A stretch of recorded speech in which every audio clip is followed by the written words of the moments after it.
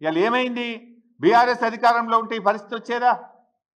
ఇవాళ బీఆర్ఎస్ అధికారంలో లేకపోవడం వల్ల ఇవాళ తన శిష్యుడైన రేవంత్ రెడ్డి అధికారంలో ఉండడం వల్ల చంద్రబాబు నాయుడు గారికి నీటి తరలింపు సులువుగా అయిపోయింది. ఆయనకు ఈజీగా తరలించుకుంటుండు, అడిగేటోళ్ళు లేడు. ఇలా పార్లమెంట్లో కూడా బీఆర్ఎస్ లేకుండా పోయింది. పార్లమెంట్లో బీఆర్ఎస్ ఉంటే ఈ పాటికి మా పార్లమెంట్లో దద్దరిల్లింపజేసేవాళ్ళు. ఎందుకంటే బీఆర్ఎస్ అంటేనే తెలంగాణ, తెలంగాణ అంటే బీఆర్ఎస్. తెలంగాణ హక్కుల కోసం, తెలంగాణ ప్రయోజనాల కోసం నిక్కచ్చిగా మాట్లాడగలిగే పార్టీ బీఆర్ఎస్ పార్టీ. ఇలా 8 కాంగ్రెస్ గెలిచే, 8 బీజేపీ గెలిచే. ఆంధ్రప్రదేశ్ యథేచ్ఛగా నీళ్లు తరలిస్తుంటే నా బీజేపీ ఎంపీ మాట్లాడాడు, నా కాంగ్రెస్ ఎంపీ మాట్లాడాడు. పార్లమెంట్లో ఇవాళ తెలంగాణ గొంతు మూగపోయింది, ప్రశ్నించే గొంతు లేకుండా పోయింది. ఇవాళ తెలంగాణ ప్రజలు ఆలోచించాలి, తెలంగాణ యువత కూడా ఈ రాష్ట్రానికి జరుగుతున్న అన్యాయం గురించి ఆలోచించాలని చెప్పి నేను కోరుతా ఉన్నా. కాంగ్రెస్కు సోయి లేదు, బీజేపీకి ఏమో పట్టి లేదు. దొందే. 2 పార్టీలు కలిసి ఇవాళ తెలంగాణకు అన్యాయం చేస్తున్నటువంటి పరిస్థితి ఉంది. కేంద్రంలో ఇవాళ చంద్రబాబు నాయుడుకి పలుకుబడి ఉంది, బీజేపీతో భాగస్వామ్యంగా ఉన్నాడు. దాంతోనే ఇష్టారీతిగా ఇవాళ జలదోపిడి జరుగుతూ ఉన్నది. కానీ తెలంగాణ ముఖ్యమంత్రి మాట్లాడాలి కదా. ఈ జలదోపిడిని ప్రశ్నించాల్సింది ఎవరు?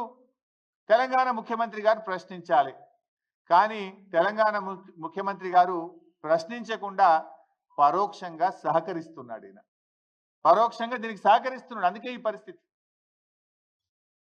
ఇలా రేవంత్ రెడ్డి గారి వైఖరి హాస్యాస్పదంగా బేలాగా ఉంది. అసలు ఇయాలటి వరకు 3 మెన్ కమిటీ సమావేశాన్ని డిమాండ్ చేయరా మీరు? వాటర్ రెగ్యులేషన్ 3 మెన్ కమిటీ ద్వారా చేయాలి. అసలు ఈ రోజు వరకు 3 మెన్ కమిటీ సమావేశం జరగలే.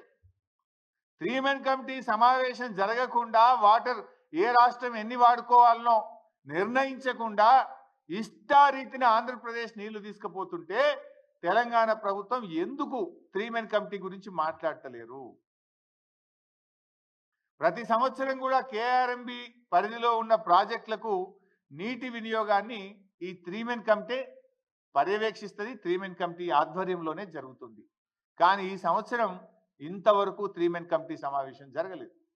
ఈ రోజు వరకు కూడా జరగలేదు. అంటే బోర్డు వ్యవహారం ఎంత దారుణంగా ఉందో ఇవాళ అర్థం చేసుకోవాలి. బోర్డు కేంద్రం కంట్రోల్లో ఉందా, ఏపీ కంట్రోల్లో ఉందా అని మాకైతే ఇవాళ అనుమానం కలుగుతుంది. మరి కేంద్రం ఏం చేస్తుంది? కేంద్రంకు 2 రాష్ట్రాలని సమానంగా చూడాలి కదా. తెలంగాణకు ఇంత అన్యాయం జరుగుతుంటే, తెలంగాణకు నీళ్లు దక్కకుండా ఆంధ్రప్రదేశ్ తరలించకపోతుంటే ఎందుకు చర్యలు తీసుకోవడం లేదు?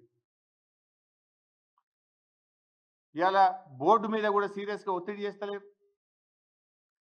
3 మెన్ కమిటీ మీటింగ్ పెట్టమని డిమాండ్ చేస్తలేరు. శిలా విగ్రహాల్లాగా నీళ్లు తరలించకపోతుంటే శిలా విగ్రహాల్లాగా ఉంటున్నారు, పడి ఉన్నారు. ఇలా తెలంగాణ అడ్వైజర్లు కావచ్చు, మంత్రులు కావచ్చు, ముఖ్యమంత్రి కావచ్చు, ఇవాళ ఇంజనీర్లు కావచ్చు. అంటే పాలకులు సరిగా లేకపోతే వాళ్ళు మాత్రం ఏం చేస్తారు? డైరెక్షన్ లెస్ అయిపోయింది. ఏపీ నీటి తరలింపును ఇప్పటికైనా అడ్డుకోకపోతే మన ఆయకట్టుకు దెబ్బ తగిలే అవకాశం ఉంది. అది సాగర్ ఆయకట్ట, ఏఎంఆర్ ఎస్ఎల్బిసి ప్రాజెక్టా, మరి లిఫ్ట్ ఇరిగేషన్ స్కీమ్సా, చెరువుల కిందన రేపు పూర్తిగా దెబ్బతినే అవకాశం ఉంది. ఇప్పుడు ఏమైంది? సాగర్లో నీటి మట్టం పడిపోతే రేపు హైదరాబాద్ డ్రింకింగ్ వాటర్ కూడా ప్రమాదంలో పడే అవకాశం ఉంది. సో రాష్ట్ర ప్రభుత్వం మొద్దు నిద్ర వీడాలి, ఇప్పటికైనా సోయి తెచ్చుకోవాలి, తక్షణం దీని మీద స్పందించాలని చెప్పి డిమాండ్ చేస్తూ ఉన్నాం. కేంద్రం మీద ఒత్తిడి తీసుకురండి. ఒకవేళ అవసరమైతే అఖిలపక్షాన్ని ఢిల్లీకి తీసుకువెళ్ళండి. అఖిలపక్షం ఆధ్వర్యంలో కేంద్ర జల వనరుల శాఖ మంత్రి ఇంటి ముందు ధర్నా చేద్దామా, ప్రధానమంత్రి కార్యాలయం ఇంటి ముందు ధర్నా చేద్దామా? ఏం చేయడానికైనా మేము సిద్ధం. మేల్కొనండి, రాష్ట్ర ప్రయోజనాలు కాపాడాలని చెప్పి మేము డిమాండ్ చేస్తూ ఉన్నాం. ఇలా బీజేపీని కూడా అడుగుతా ఉన్నా నేను. మీరు కూడా 8 ఎంపీలు గెలిచింది కదా, మరి బీజేపీ 8 ఎంపీలు, 2 కేంద్ర మంత్రులు ఈ రాష్ట్రం నుంచి ఉన్నారు. ఎందుకు?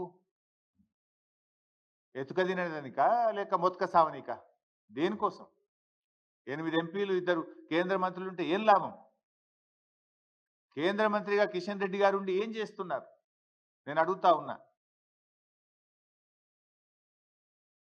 ఇప్పుడు కిషన్ రెడ్డి గారు మీరు నీళ్లు తెస్తారా? లేదా ఆంధ్రప్రదేశ్ ఒత్తిడికో చంద్రబాబు నాయుడు గారి ఒత్తిడికో నీళ్లు నములుతారా? తెలుసుకోవాలి కిషన్ రెడ్డి గారు. పదవులు దేనికోసమండి? రాష్ట్రంలో ఏ ప్రజలైతే మిమ్మల్ని ఎన్నుకున్నారో ఆ రాష్ట్ర రైతులకు, ఆ రాష్ట్ర ప్రజలకు వాళ్ళ అవసరాలు తీర్చడానికి పదవులు. మరి అక్కర్రాని ఆ పదవులు ఉంటేం లాభం, లేకపోతే ఏం లాభం? రాష్ట్ర హక్కులు కాపాడలేని పదవులు ఉండి ఏం ప్రయోజనం అని నేను అడుగుతా ఉన్నా. మీరు చాలా సీనియర్, దయచేసి రివ్యూ చేయండి. రాష్ట్ర ప్రభుత్వం ఫెయిల్ అయిపోయింది. ఈ రాష్ట్రం నుంచి కేంద్ర మంత్రిగా ఉన్న మీరైనా స్పందించండి. You rise to the occasion to protect the interest of Telangana.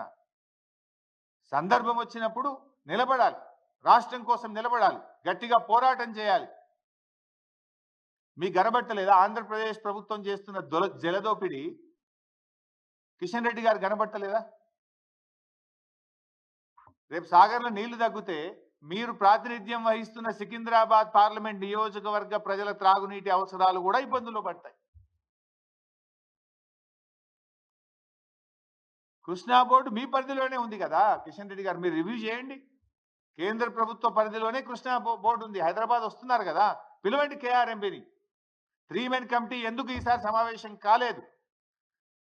KRMB అనుమతి లేకుండా 3 మెన్ కమిటీ నిర్ణయించకుండా 666 టీఎంసీల నీళ్లను ఆంధ్రప్రదేశ్ ఎట్లా తీసుకుపోయిందో ప్రశ్నించండి. ఎందుకు అడగరు మీరు? మీ ప్రతాపం ఎంతసేపు మా మీదనేనా? రాష్ట్ర ప్రయోజనాలు కాపాడడం మీద మీ ప్రతాపం చూపండి, మీ సత్తా చూపండి. ఈ రాష్ట్ర ప్రయోజనాలు కాపాడండి. సో ఈరోజు సిఆర్పిఎఫ్ బలగాలు కూడా తక్షణమే తొలగించాలని కూడా నేను కిషన్ రెడ్డి గారిని కోరుతా ఉన్నా. ఇప్పుడు శ్రీశైలం ఏమో ఆంధ్రప్రదేశ్ కంట్రోల్లో ఉంది. తెలంగాణ కంట్రోల్లో ఉన్న నాగార్జున సాగర్ను సిఆర్పిఎఫ్ కంట్రోల్లో ఎట్లా పెట్టారు?